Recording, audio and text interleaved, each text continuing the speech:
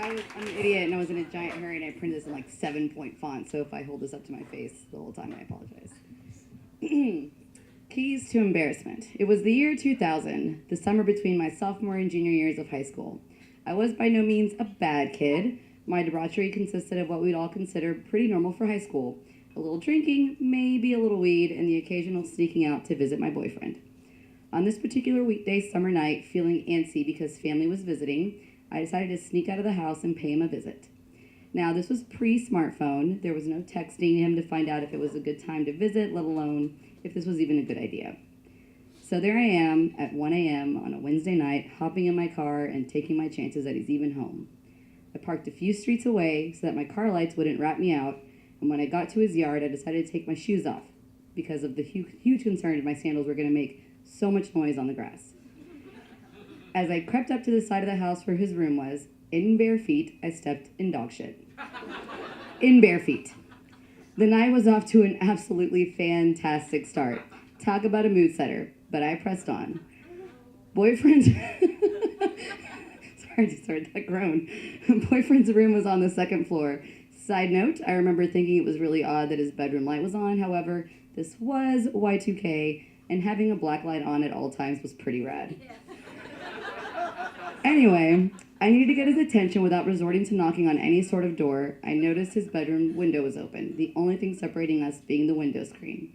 I decided I could throw a tree branch to get his attention. There were several branches nearby, so I threw one and waited. No response. I waited some more. Then I threw a girthier branch, thinking this one would make some noise. Still nothing.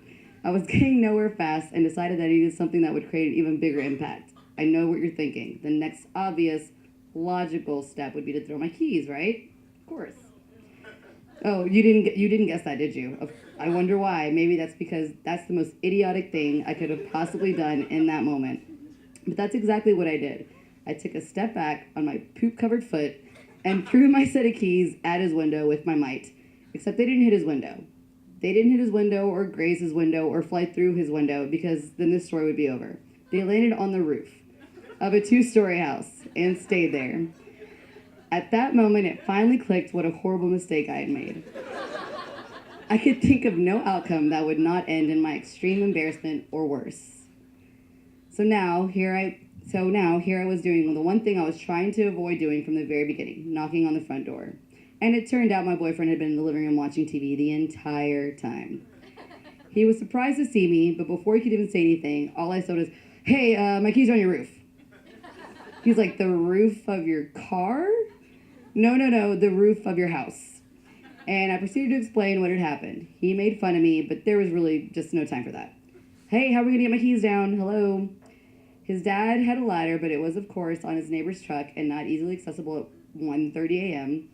He had to wake up his dad, which in turn woke up his mom, heart racing and feeling awful that they both walked down the stairs and passed me to the neighbors. I immediately just started saying, "I'm so sorry, I'm so sorry, I'm so sorry, I'm so sorry, I'm so sorry." All I could do was stay in the yard, feet still covered in dog poop, sadly my only comfort at this moment, watching as they walked over to the neighbor's house and dealt with the ladder situation. My boyfriend and his dad carried the ladder over to the house, set it up against the window, but luckily the keys landed just on the edge within arm's reach. It could have been worse. It could have landed on a higher part of the roof or in the chimney. I don't even know. As soon as he climbed down and handed them off to me, I said my last mortified, "I'm so sorry," and shuffled away with my keys and my dirty feet as quickly as I possibly could. Then, just to add insult to injury, during my shuffle of shame, a car full of girls drove by and yelled, "Ho! Tramp! Slut!" out their car window. It's like they knew.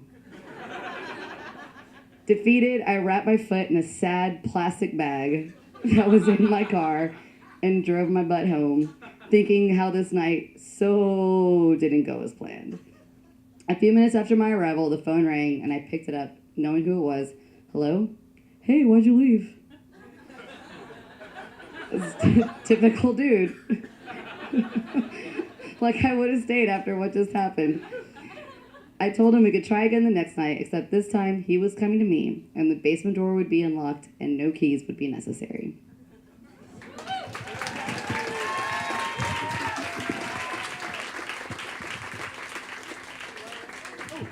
One last thing, sorry. So a year ago today, I had to put my little kitty Dixie down. So can we all do a drink? Just a cheers to Dixie? To Dixie! Yay!